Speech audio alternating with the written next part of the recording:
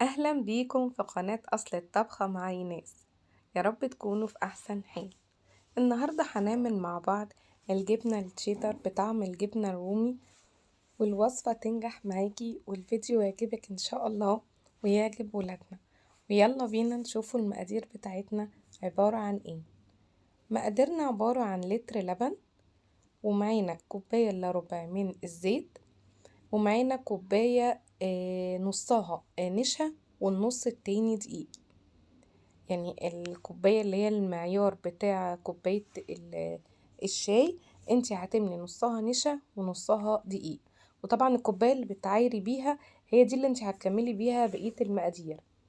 ومعانا معلقة كبيرة من اللبن البودر، دي اختيارية، يعني لو مش موجودة مش هتعمل تأثير. ومعانا معلقة كبيرة من الملح وحبوب من الفلفل الأسود. وجايبين جبنة تركي، تمن جبنة تركي، ده علشان يدينا الطعم بس. يعني الجبنة التشيدر لما تعمليها تدي معاكي طعم الجبنة التركي أو الجبنة الرومي. انتي بتشتري كمية صغيرة جدا وتحطيها مع اللبن. دلوقتي هاخد اللبن بتاعي اللي هو لتر اللبن، وهحط عليه الكوباية اللي هي قلتلك عليها نصها دقيق ونصها نشا، وهدوبها كويس قوي. واحط معاها معلقة اللبن البودر اللي قلتلك عليها، دي لو موجودة حطيها، مش موجودة خلاص مفيهاش اي مشكلة. وبعد كده هبتدي ان انا احط الزيت وبرده ادوبه كله مع اللبن. واخر حاجة بحطها اللي هي الملح وحبوب الفلفل الاسود. ولو انتي ولادك مش بتحب الفلفل الاسود خلاص ما تحطيهوش. انا بس حطاه عشان الطعم، وكمان عشان تحسي زي الجبنة اللي انتي بتشتريها من بره، ما يبقاش فيها اي اختلاف. بعد كده المكونات بتاعتي كلها دابت.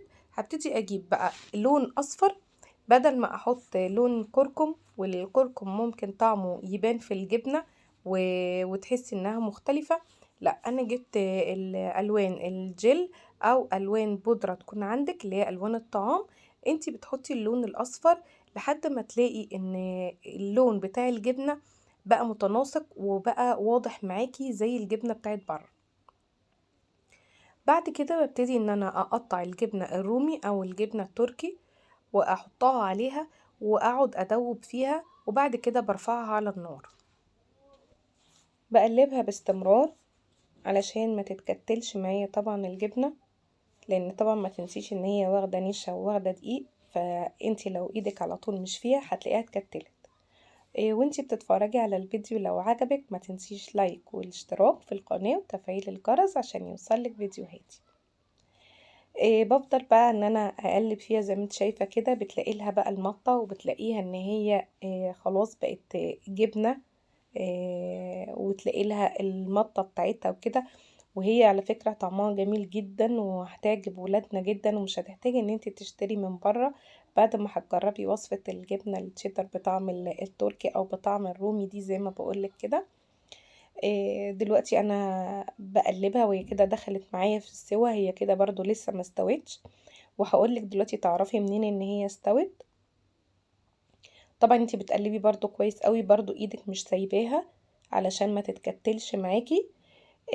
دلوقتي دخلت معانا في السوا. بتعرفي منين؟ بتلاقيها بتفصل عن الحلة اللي انتي شغالة فيها. شايفة عملت ازاي؟ ما بقتش زي الاول ان هي زي المهلبية كده، لا تحسي ان هي بقت كتلة واحدة. هي صحيح بتلف معانا بس بقت كتلة واحدة وفصلت عن الحلة. بكده بتتأكدي ان هي استوت معاكي. بتطفي بقى النار، وبتاخديها بعد كده على رخامة وبتقلبي فيها كده علشان السخونية اللي فيها تبتدي تهدى، عشان تقدري ان انت تحطيها في علبة تكون بلاستيك. علشان خاطر ما ينفعش ان انت تحطي الحاجة وهي سخنة في البلاستيك، هيبقى ضار جدا. فلازم ان انت تستني الجبنة تهدى وانت كده بتقلبيها، بتطلعي منها السخونية عشان لما تيجي تحطيها في اي علبة بلاستيك تبقى ايه كويسة معاكي وما تبقاش ضارة لولادنا. بعد ما بحط الكمية بتاعتي كلها بساوي بقى العلبة وبسيبها بعد كده تبرد على مهلها، مش بدخلها طبعا التلاجة. وممكن ان انت تحطي لها الاكياس بتاعت الاكل بتاعت التلاجة عشان الجبنة ما تعملش معاكي قشرة. بعد ما تخلصي كل الكمية بتاخدي الكيس ده وبتحطيه على الوش عشان ما تعملش معاكي قشرة، وبعد ما بتبرد بقى خالص بتدخليها التلاجة. تمام. بتسيبيها بقى ليلة في التلاجة، ليلة كاملة، او لو انتي بتعمليها من الصبح تقدري ان انتي تفتحي عليها وتقطعيها على بالليل. المهم ان انتي تسيبيها اكتر وقت ممكن في التلاجة. تمام. انا دلوقتي هدخلها التلاجة وهوريها لك لما تطلع.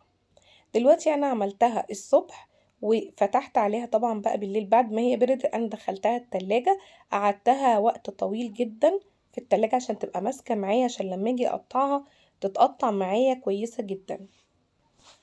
وزي ما انتي شايفة كده بتتقطع معايا حلو ومتماسكة وطرية في نفس الوقت، مش ناشفة زي اللي احنا بنشتريها، ويمكن كمان تكون احلى في الطعم.